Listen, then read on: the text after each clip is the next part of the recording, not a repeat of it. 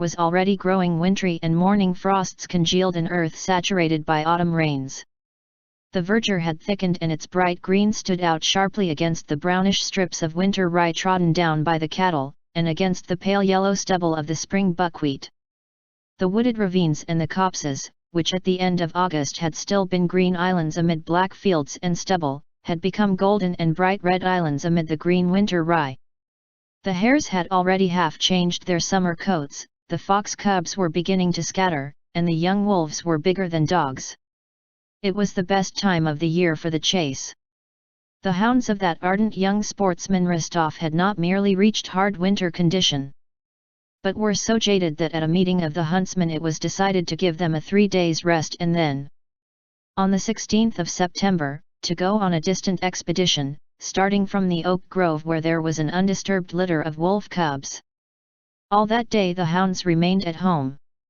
It was frosty and the air was sharp, but toward evening the sky became overcast and it began to thaw.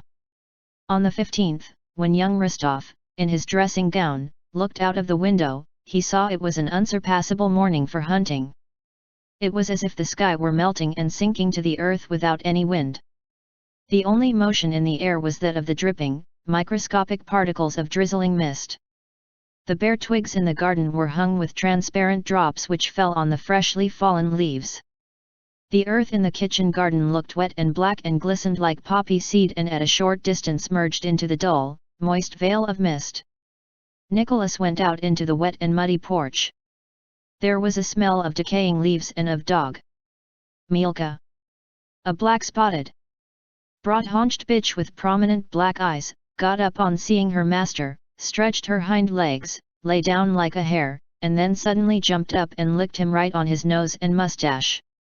Another borzoi, a dog, catching sight of his master from the garden path, arched his back and, rushing headlong toward the porch with lifted tail, began rubbing himself against his legs. "Ahoy!" came at that moment.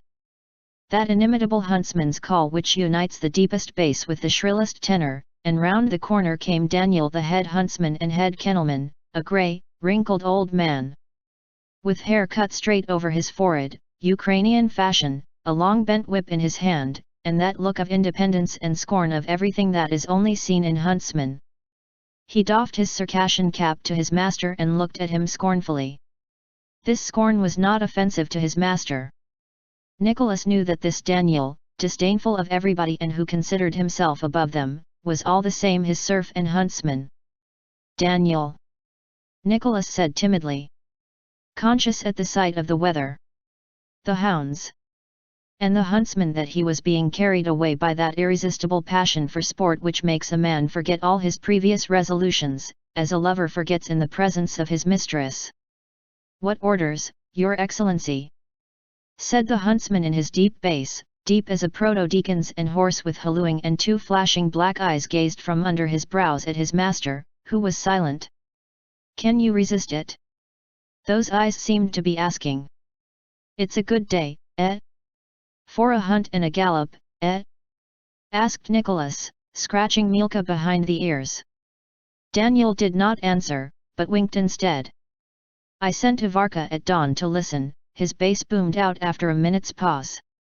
"He says she's moved them into the Otradno enclosure. They were howling there."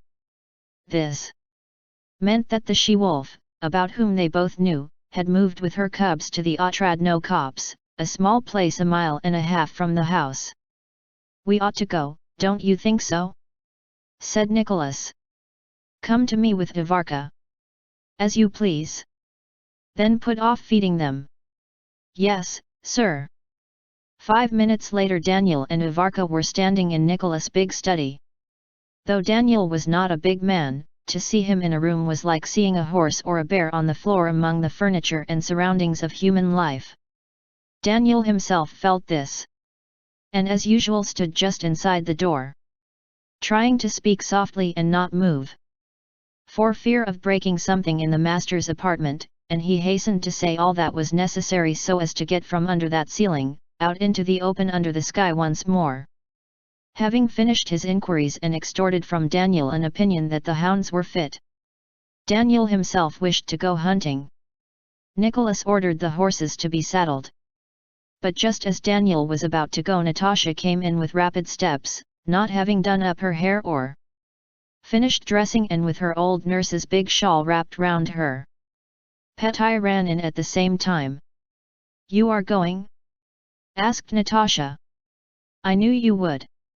Sonia said you wouldn't go, but I knew that today is the sort of day when you couldn't help going." "Yes, we are going," replied Nicholas reluctantly, for today, as he intended to hunt seriously, he did not want to take Natasha and Petya. "We are going, but only wolf hunting. It would be dull for you." "You know it is my greatest pleasure," said Natasha. "It's not fair.